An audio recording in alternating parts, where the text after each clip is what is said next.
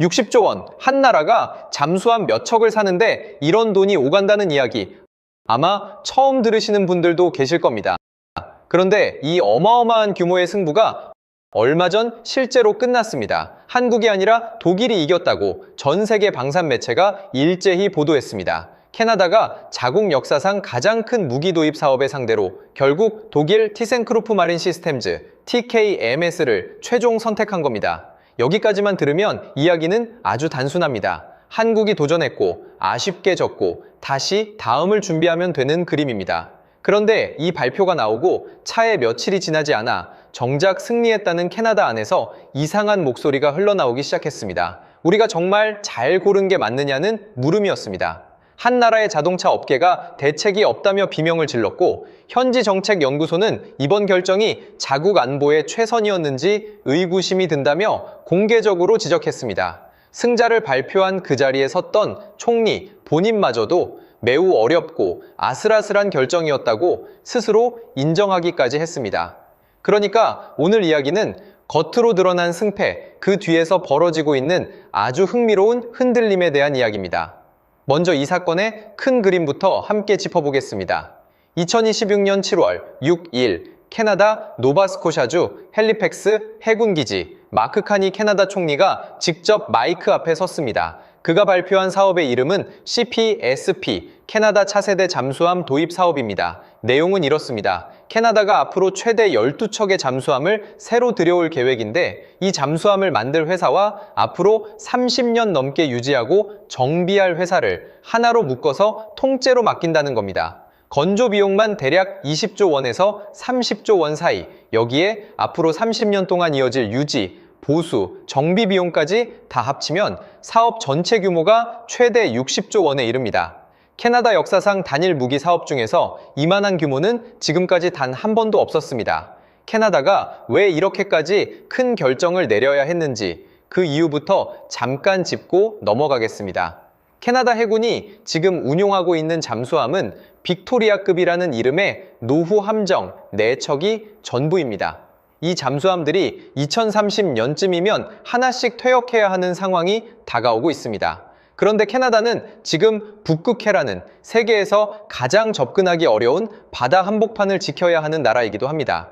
미국과 러시아, 중국이 저마다 북극 항로와 자원을 놓고 신경전을 벌이는 상황에서 자국의 광대한 해역을 감시할 수단이 사실상 사라지기 직전이라는 얘기입니다. 그래서 캐나다는 이 사업을 단순한 무기 구매가 아니라 국가 안보 그 자체를 좌우하는 프로젝트로 다뤘습니다. 이 자리를 놓고 마지막까지 남은 후보는 딱 두 곳이었습니다. 하나는 오늘 우선 협상 대상자로 뽑힌 독일 TKMS, 또 하나가 바로 한국의 한화오션이었습니다. 한화오션은 우리 해군이 실제로 운용하고 있는 장보고 3, 배치 2, 이 잠수함 모델을 들고 캐나다로 향했습니다. 장보고 3은 한국이 독자적으로 설계하고 건조한 최초의 3,000톤급 대형 잠수함으로 외부에서 공기를 공급받지 않고도 오래 자망할 수 있는 최신 기술과 리튬 이온 배터리 같은 첨단 장비를 갖춘 잠수함입니다.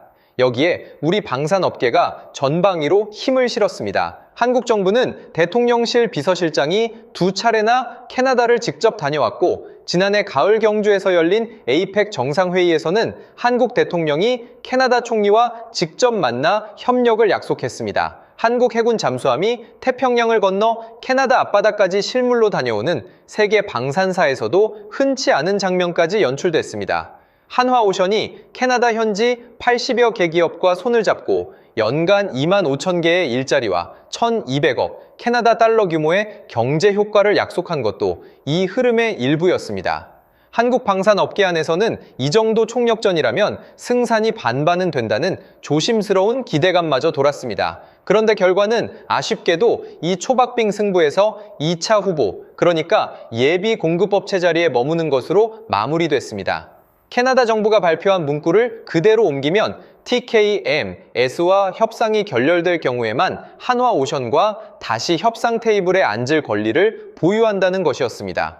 이 문장을 뒤집어 읽으면 지금 이 순간의 계약 상대는 어디까지나 독일이고 한국은 만약을 위한 카드로 남겨두었다는 뜻이 됩니다.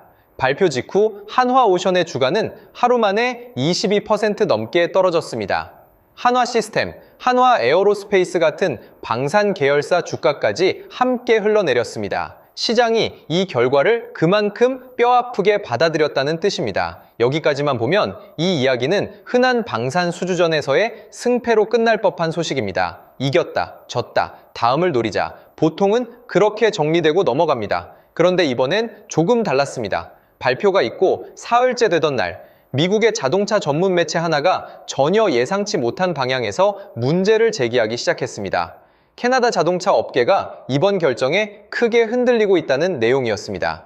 캐나다가 이 잠수함 사업을 자국의 자동차 산업과 연결해서 새로운 일자리를 만들려고 했는데 정작 독일이 내민 협력 명단, 어디에도 자동차 관련 산업은 보이지 않는다는 지적이었습니다.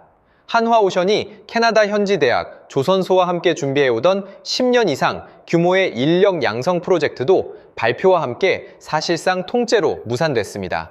곧이어 캐나다 현지의 정책 전문가들 사이에서도 이번 선택이 정말 자국의 안보에 최선이었는지 다시 따져봐야 한다는 목소리가 나오기 시작했습니다.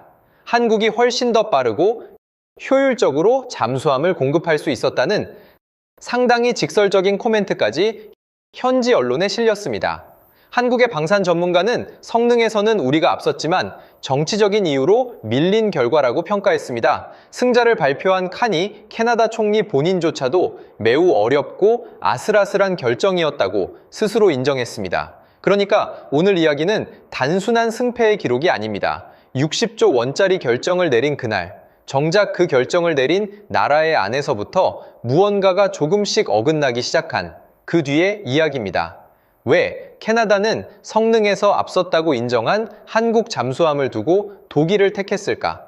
그리고 왜 그 선택을 하자마자 캐나다 자국 산업계와 정책 전문가들이 먼저 목소리를 내기 시작했을까? 한국이 진짜로 진 것이 맞을까? 아니면 다른 무언가가 지금 막 시작되고 있는 걸까? 지금부터 그 이야기를 하나씩 짚어보겠습니다. 캐나다의 이번 결정을 이해하려면 먼저 한 가지 오래된 질문부터 짚어야 합니다. 무기를 살 때 나라는 무엇을 기준으로 고를까요? 성능일 것 같지만 실제로는 그렇지 않은 경우가 훨씬 더 많습니다. 특히 잠수함처럼 30년, 40년을 함께 써야 하는 무기 체계는 더 그렇습니다.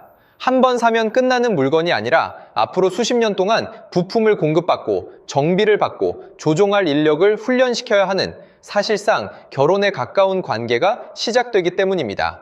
그래서 잠수함 계약을 두고 사람들은 이런 표현을 씁니다. 무기를 사는 게 아니라 그 나라와의 동맹을 사는 것이라고. 이번 캐나다의 결정을 그 관점에서 다시 보면 그림이 조금씩 선명해지기 시작합니다. 캐나다는 북대서양조약기구, 우리가 흔히 나토라고 부르는 서방 군사동맹의 창립 회원국입니다. 이 나토 회원국들은 서로 훈련도 함께하고 통신체계도 맞추고 같은 규격의 부품을 쓰는 것을 원칙으로 삼습니다. 한 나라의 병사가 다른 나라의 무기 위에 올라타도 바로 작동시킬 수 있어야 하는 이른바 상호 운용성이라는 개념입니다. TKMS는 지금 나토 회원국이 운용하는 잠수함의 대략 3분의 1을 공급하고 있는 회사입니다. 캐나다 총리 카니가 발표 자리에서 이 숫자를 직접 언급한 이유가 여기에 있습니다. 캐나다 입장에서 독일을 택한다는 건 단순히 잠수함 한 종을 사는 것이 아니라 이미 익숙한 동맹의 네트워크 안으로 들어간다는 뜻이 됩니다. 훈련은 노르웨이 잠수함 승조원들과 함께 받으면 되고 부품은 독일이 이미 유럽 전역에 깔아둔 공급망에서 받으면 됩니다. 캐나다 정부가 이번 결정을 공식적으로 설명하면서 강조한 단어가 바로 그것이었습니다. 북극 지역 작전 능력과 나토 회원국 간 상호 운용성, 그리고 장기적인 안정성, 여기에 캐나다에 돌아올 경제적 이익까지 종합적으로 계산했다는 겁니다. 독일 측이 제시한 조건도 상당히 파격적이었습니다. TKAMS는 원래 독일과 노르웨이 해군이 발주해두었던 잠수함 물량 가운데 일부를 캐나다에 먼저 배정해주겠다고 약속했습니다. 이렇게 되면 캐나다는 원래 계획보다 앞당겨서 2034년쯤 첫 4척의 잠수함을 실전 배치할 수 있게 됩니다. 노후된 빅토리아급 잠수함이 하나씩 퇴역하는 그 시점에 새 잠수함이 정확히 도착하는 그림이 만들어지는 겁니다. 여기에 캐나다 국내 총생산, 즉 GDP를 860억 캐나다 달러 늘리고 65만 개 이상의 일자리를 만들어내겠다는 청사진까지 함께 제시됐습니다. 캐나다 정부 입장에서 보면 이 정도 조건표가 눈앞에 놓여 있는데 다른 선택을 하기가 쉽지 않았을 겁니다. 그런데 여기서 이야기가 흥미로워지는 지점이 있습니다. 캐나다 총리 카니는 발표 자리에서 이런 말을 덧붙였습니다. TK AMS와 한화오션 양쪽 잠수함 모두 캐나다 해군의 까다로운 요구 조건을 충족했다고, 그러면서 매우 어렵고 아슬아슬한 결정이었다는 표현을 승자를 발표하는 자리에서 굳이 꺼냈습니다. 이건 방산 세계에서 흔히 나오는 발언이 아닙니다. 승자를 축하하는 자리에서 진 쪽이 성능에서 밀리지 않았다는 사실을 굳이 못 박은 겁니다. 그만큼 이번 결정이 성능이나 기술의 우열로 갈린 승부가 아니었다는 뜻이 됩니다. 한국 방산의 대표적인 전문가로 꼽히는 한양대 문근식 교수도 같은 관점의 평가를 내놓았습니다. 성능에서는 우리가 비교 우위를 점했지만 정치적 결단에서 고배를 마셨다는 표현이었습니다. 여기서 정치적 결단이라는 말은 무기의 우수함이 아니라 어느 진영에 속할 것인가 하는 아주 오래된 정치적 문법이 이번 결정을 좌우했다는 뜻입니다. 그렇다면 한국이 놓친 그 부분은 정확히 무엇이었을까요? 크게 보면 세 가지가 있었습니다. 첫 번째는 방금 이야기한 나토 동맹의 벽입니다. 한국은 나토 회원국이 아니고 앞으로도 회원국이 될 계획이 없습니다. 한국 해군이 훌륭한 잠수함을 만들 수 있다는 것과 그 잠수함이 나토 국가들의 훈련 체계 안으로 매끄럽게 들어갈 수 있다는 건 완전히 다른 이야기입니다. 두 번째는 이번 사업이 갖는 상징성입니다. 캐나다가 자국 역사상 최대 규모의 방산 사업을 아시아 국가에 넘겨준다는 결정은 서구 방산 시장의 오랜 관행을 정면으로 깨는 일이었습니다. 방산 시장이라는 게 원래 그렇습니다. 수백 년에 걸쳐서 유럽과 미국 사이에서 돌고 도는 사이클이 있었고 그 밖의 나라들은 오랫동안 구매자 자리에만 앉아 있었습니다. 한국이 이 구조에 균열을 내려고 하는 것이지 이번에 그 구조 자체가 무너진 것은 아니라는 뜻입니다. 세 번째는 캐나다가 원한 그림이 단순한 잠수함이 아니었다는 점입니다. 캐나다는 이 사업을 통해서 자국의 조선업, 자동차 산업, 인력 시장 전체를 재편할 수 있는 큰 그림을 그리고 있었습니다. 한화오션도 여기에 정확히 맞춰서 캐나다 현지 80여 개기업, 대학, 조선소와 손을 잡는 그림을 짜왔습니다. 그런데 정작 캐나다 정부가 마지막 도장을 찍는 순간에 이 그림보다도 나토라는 정치적 좌표가 앞섰다는 겁니다. 한 가지 더 짚어야 할 대목이 있습니다. 발표 직전 독일 쪽에서 상당히 신경 쓰이는 뉴스가 하나 흘러나왔습니다. TK AMS 계열의 한 내부 통신 자회사가 랜섬웨어 공격을 받았다는 독일 언론 보도였습니다. 랜섬웨어는 컴퓨터 안의 자료를 해커가 잠가버리고 돈을 요구하는 방식의 사이버 공격을 말합니다. 방산회사에서 이런 일이 벌어졌다는 건 그 회사가 다루는 군사 기밀이 함께 새어나갔을지도 모른다는 뜻이 됩니다. 이 사건이 캐나다 정부의 결정 과정에 어떤 영향을 미쳤는지 공식적으로 확인된 바는 없습니다. 다만 잠수함 계약이라는 게 앞으로 30년을 함께 가야 하는 관계라는 점을 생각하면 이 사건 하나만으로도 상당한 부담이 되었을 만한 소재였습니다. 이 대목에서 캐나다의 정책 전문지가 던진 지적이 있습니다. TK AMS는 이미 독일 자국 물량은 물론이고 노르웨이, 싱가포르, 터키, 인도까지 여러 나라의 잠수함 사업을 동시에 진행 중입니다. 한 회사가 이렇게 많은 나라의 다른 요구를 동시에 처리하려면 생산 일정 자체가 아주 복잡해질 수밖에 없다는 우려였습니다. 그런데도 캐나다는 결국 이 리스크를 안고서라도 익숙한 동맹의 손을 잡는 쪽을 택했습니다. 여기서 오늘 이야기의 핵심 질문이 나옵니다. 캐나다는 안전한 길을 택한 것일까요? 아니면 앞으로 몇 년 뒤에 뼈 아프게 후회할지도 모를 길을 택한 것일까요? 이 질문에 대한 답은 사실 캐나다 정부보다 캐나다 국민들이 먼저 던지기 시작했습니다. 발표가 있고 며칠 지나지 않아서 캐나다의 자동차 업계와 정책 전문가들 사이에서 아주 흥미로운 반응이 하나둘씩 이제부터의 이야기는 오늘 영상의 진짜 중심입니다. 캐나다 정부가 60조 원짜리 계약의 상대를 발표한 그날부터 캐나다 안에서 조금씩 어긋나기 시작한 반응들에 관한 이야기입니다. 가장 먼저 목소리를 낸 곳은 뜻밖에도 잠수함과는 별 상관없어 보이는 곳이었습니다. 캐나다의 자동차 업계였습니다. 발표가 나오고 사흘째 되던 날, 미국의 자동차 전문 매체 오토모티브 뉴스가 아주 강한 어조의 기사를 내보냈습니다. 기사는 이렇게 시작했습니다. 캐나다가 TKMS로부터 최대 12척의 잠수함을 사는 이 대규모 계약은 유지보수 비용까지 포함하면 수백억 달러에 이를 수도 있다. 문제는 캐나다가 이 사업을 자국 자동차 산업과 연계하려 했지만 그런 효과가 전혀 나타나지 않고 있다는 점이다. 기사는 이어서 이렇게 지적했습니다. TKMS가 한화오션을 제치고 캐나다 여러 기업과 산업협력 계약을 체결했지만 자동차 관련 산업과의 협력은 어디에서도 찾아볼 수 없다. 심지어 독일의 폭스바겐은 이번 잠수함 계약과 자사의 영해를 거부했다. 이게 무슨 뜻인지 잠깐 짚고 넘어가겠습니다. 방산 사업이라는 게 원래 그 나라의 산업 전반을 살찌우는 성격을 갖습니다. 배 하나를 만들려면 철강도 필요하고 전자부품도 필요하고 정밀 가공 기술도 필요하고 부품을 실어 나를 트럭과 자동차까지 필요합니다. 그래서 큰 방산 계약이 하나 들어오면 그 나라의 조선업만이 아니라 자동차, 철강, 부품, 심지어 대학 교육 시장까지 함께 움직이는 구조가 만들어집니다. 캐나다는 이번 시 PSP 사업을 그렇게 활용할 생각이었습니다. 특히 최근 몇 년 사이 캐나다의 자동차 업계는 미국의 관세 정책과 전기차 전환 흐름 속에서 상당한 압박을 받아왔습니다. 새로운 활로가 절실했다는 뜻입니다.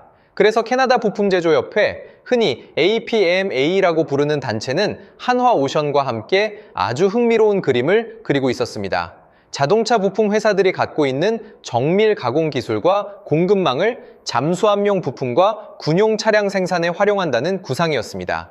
한화오션이 캐나다 잠수함 사업을 따내면 이 협업을 통해서 캐나다 자동차 산업의 기존 일자리도 지키고 새로운 일자리도 수만 개 규모로 만들어내겠다는 청사진이었습니다.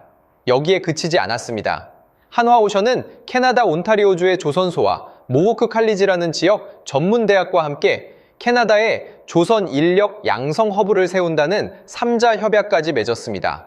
용접, 로보틱스, 해양기계, 전기 같은 조선업 핵심 분야에서 앞으로 10년에서 15년에 걸쳐 캐나다의 청년들을 훈련시킬 계획이었습니다. 이 그림들은 전부 한화오션이 잠수함 사업을 따낸다는 전제 위에 세워진 것이었습니다. 발표 하나로 이 그림들이 통째로 사라졌습니다. 오토모티브 뉴스의 표현을 그대로 옮기면 APMA와 한화오션의 합작 사업은 불확실한 상태이며 이 계약은 한화오션이 잠수함 입찰에서 승리하는 것을 전제로 했기 때문에 TKMS가 선정되면서 계약 조건 자체가 무너졌다는 것이었습니다. 캐나다 자동차 업계 입장에서 이건 아주 뼈아픈 일이었습니다. 정부는 60조 원짜리 계약을 손에 넣었다고 발표했는데 정작 자국의 한 산업 전체가 기다리고 있던 활로가 그날로 문을 닫아버린 셈이 되었기 때문입니다. 두 번째로 목소리를 낸 곳은 정책 전문가들이었습니다. 캐나다 현지의 한 정책 연구소는 이번 결정을 두고 아주 직설적인 지적을 내놓았습니다. 이번 선택이 캐나다의 안보를 위해 정말 최선이었는지 상당한 의구심이 든다. 한국이 훨씬 더 빠르고 효율적으로 잠수함을 공급할 수 있었다. 이 발언이 왜 중요한지 잠깐 배경을 짚어야 합니다. 앞서 이 챕터에서 이야기한 것처럼 TKMS는 지금 독일, 노르웨이, 싱가포르, 터키, 인도까지 여러 나라의 잠수함 사업을 동시에 돌리고 있는 회사입니다. 캐나다의 폴리시 매거진이라는 정책 전문지는 이 상황을 두고 TKMS의 생산 일정이 이미 상당히 복잡하다는 우려를 공개적으로 지적한 바 있습니다. 여기에 유진투자증권 같은 국내 증권사의 분석 자료를 참고해보면 TKMS는 올해에만 노르웨이 2척, 인도 9척, 그리고 이번 캐나다 12척까지 더해서 수주 잔고가 50척에 가깝게 쌓였다는 계산이 나옵니다. 반면 유럽 조선소 전체의 잠수함 건조 능력은 1년에 3척 수준으로 추정된다는 분석이 있습니다. 수치를 그대로 대입하면 이론적으로는 지금 쌓인 물량을 다 소화하는 데만 10년 이상이 걸린다는 계산이 나옵니다. 물론 이건 어디까지나 애널리스트들의 추정치이고 실제 건조 속도와 조선소 확장 계획을 따져봐야 하는 문제입니다. 그런데도 이 숫자들이 시장에 흘러다니고 있다는 사실 자체가 캐나다 정책 전문가들이 왜 그런 의구심을 표한 것인지를 설명해 줍니다. 한국 방산업계의 입장에서 보면 캐나다의 이번 결정은 놓친 계약 이상의 의미를 남깁니다. 한국의 방산 전문가 문근식 교수는 이번 결과를 두고 이렇게 평가했습니다. 성능에서는 우리가 비교 우위를 점했지만 정치적 결단에서 고배를 마셨다. 그리고 이건 오히려 다른 국가의 잠수함을 수출할 때 아주 좋은 경쟁력으로 작용할 것이다. 이 말의 의미가 뭘까요? 캐나다가 성능에서 앞선 한국을 두고 나토라는 정치적 이유로 독일을 택했다는 사실은 이제 세계 방산 시장의 하나의 공식 기록으로 남았습니다. 그런데 이 기록은 뒤집어 읽으면 나토에 소속되지 않은 국가들, 그러니까 사우디아라비아, 필리핀, 페루, 이집트 같은 나라들에게는 아주 다른 신호가 됩니다. 이 나라들은 애초에 나토라는 정치적 좌표에 얽매이지 않습니다. 이들에게 중요한 건 좋은 잠수함을 빠르게 합리적인 가격에 받을 수 있느냐 하는 아주 실용적인 질문뿐입니다. 한국의 장보고 3, 배치, 이 잠수함은 이미 캐나다 총리가 공식 석상에서 성능을 인정한 잠수함이 되었고 독일이 물량 과부하로 사실상 손이 모자란 상황이 되었습니다. 이 두 가지 조건이 겹치면서 다음 잠수함 시장에서 한국의 위치가 갑자기 달라지기 시작했습니다. 가장 눈에 띄는 곳이 사우디아라비아입니다. 사우디는 지금까지 단 한 척의 잠수함도 갖고 있지 않은 나라입니다. 그런데 이란과의 갈등, 홍해에서 벌어지는 후티 반군의 상선 공격, 페르시아만의 위협까지 잠수함이 없이는 대응하기 어려운 안보 상황이 이어지고 있습니다. 사우디는 3,000통읍 디젤 공격 잠수함을 4척에서 6척 규모로 도입할 계획을 세워두었습니다. 여기에 사우디 해군 참모총장이 지난 2월 리야드에서 열린 국제 방산전 시회에서 한화오션 부스를 직접 찾아 이런 질문을 던졌다는 일화가 있습니다. 이 잠수함을 우리한테 수출할 수 있느냐? 한화오션이 가능하다고 답하자 사우디 해군 참모총장이 다시 한번 물었다고 합니다. 우리는 독일에서 잠수함을 도입하려다 좌초된 적이 있다. 다시 묻겠다. 정말 수출이 가능한가? 이 대목이 아주 흥미롭습니다. 사우디는 2014년에 독일 TKAMS와 대규모 잠수함 도입 계약을 추진했던 나라입니다. 그런데 독일 정부가 사우디의 예멘 내전 개입과 인권 문제를 이유로 무기 수출을 승인하지 않으면서 이 계약이 통째로 무산된 적이 있습니다. 사우디 입장에서는 아직도 잊히지 않은 상처입니다. 여기에 이번 캐나다 결정이 겹쳐서 보이기 시작합니다. 독일은 계약을 따내는 데는 강하지만 이미 손이 모자란 상태이고 정치적 이유로 계약을 뒤엎을 수도 있는 나라.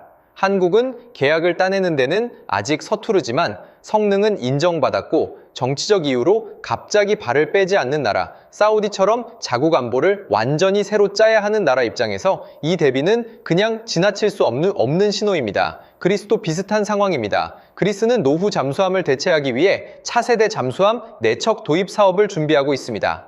한화오션은 그리스에도 캐나다에 제안한 것과 같은 장보고 3잠수함을 제안해 두었습니다. 여기에 필리핀, 페루, 이집트, 모로코 같은 나라들도 잠수함 도입을 검토 중이거나 이미 관련 논의를 시작한 상태입니다. 한국 방산업계 안에서는 이번 캐나다의 결과가 오히려 이 다음 시장들에서 한국의 위치를 끌어올릴 수도 있다는 조심스러운 전망이 나오고 있습니다. 물론 이 전망이 곧바로 계약으로 이어지는 건 아닙니다. 한국은 최근 몇 년 사이 폴란드에서는 스웨덴 사브에, 네덜란드에서는 프랑스에, 콜롬비아에서는 최종 후보에도 오르지 못한 채 잇따라 서구권 잠수함 수주전에서 고배를 마셔왔습니다.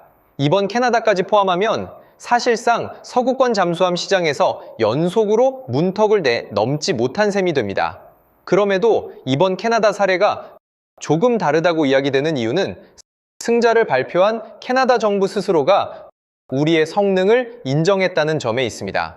방산 세계에서 이 한 문장은 앞으로 어느 나라에 잠수함을 팔러 갈 때든 아주 강력한 참고 자료가 됩니다. 승리한 쪽은 계약서를, 패배한 쪽은 캐나다 정부의 공식 인정을 손에 쥐고 다음 시장으로 향하게 된 셈입니다. 여기서 캐나다 자구간의 반응이 왜 그렇게 빠르게 흔들리기 시작했는지가 다시 이해됩니다.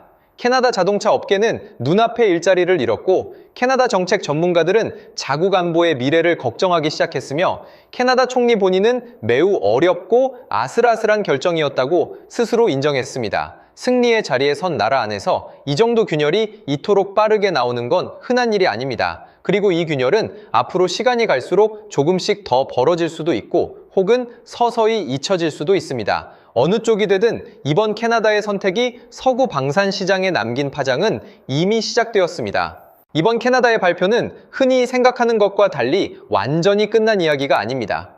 이 계약이 정말로 마무리되기까지 앞으로 상당한 시간이 남아있기 때문입니다. 캐나다 정부와 독일 TKMS는 앞으로 6개월에서 18개월에 걸쳐 본 계약을 위한 세부 협상을 진행하게 됩니다. 이 기간 동안 가격, 납기, 산업협력 조건, 기술 이전 범위 같은 모든 세부 사항이 하나씩 다시 논의됩니다. 계약이라는 게 원래 그렇습니다. 우선 협상 대상자로 뽑혔다는 건 결승선을 통과했다는 뜻이 아니라 결승선 앞에서 협상 테이블에 앉을 자격을 얻었다는 뜻입니다. 그래서 캐나다 총리 카니도 발표 자리에서 이런 표현을 남겼습니다. TKMS와의 협상이 결렬될 경우 캐나다는 예비 공급업체인 한화오션을 우선 공급업체로 지정하고 그들과 협상을 진행할 권리를 보유한다. 이 문장의 의미가 상당히 큽니다.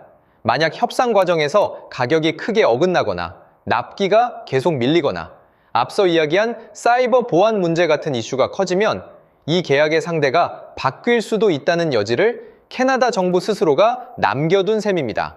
시장에서는 실제로 협상 상대가 바뀔 가능성을 높게 보고 있지는 않습니다.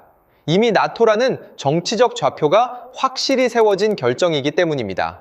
그러나 완전히 닫혀있는 문도 아니라는 사실은 앞으로 이 사업의 흐름을 지켜볼 때 반드시 기억해두어야 할 대목입니다. 이제부터 함께 지켜봐야 할 관전 포인트를 세 가지로 정리해 보겠습니다. 첫 번째, TKMS와 캐나다의 본계약 협상 진행 상황입니다. 특히 초도 내척을 2034년까지 인도하겠다는 약속이 실제 협상 과정에서 그대로 지켜질 수 있느냐가 핵심 변수입니다. TKMS는 이미 노르웨이 2척, 인도 9척, 그리고 이번 캐나다 12척까지 합쳐서 수주 잔고가 50척 가까이 쌓인 상태입니다. 여기에 독일 자국과 싱가포르, 터키의 물량까지 동시에 소화해야 하는 상황입니다. 캐나다의 물량 일부를 먼저 배정해주기로 한 약속이 실제로 지켜지려면 TKMS가 조선소를 대폭 확장하거나 다른 나라의 인도 일정을 뒤로 미루는 결정을 내려야 합니다. 이 과정에서 어떤 형태로든 마찰이 생기면 캐나다 국내에서는 다시 한번 예비 공급업체 얘기가 흘러나올 수 있습니다. 두 번째, 사우디아라비아와 그리스, 필리핀, 페루 같은 다음 잠수함 시장의 움직임입니다. 특히 사우디아라비아는 앞으로 몇 년 사이에 자국의 첫 잠수함 도입 사업을 확정 지을 가능성이 큰 나라입니다.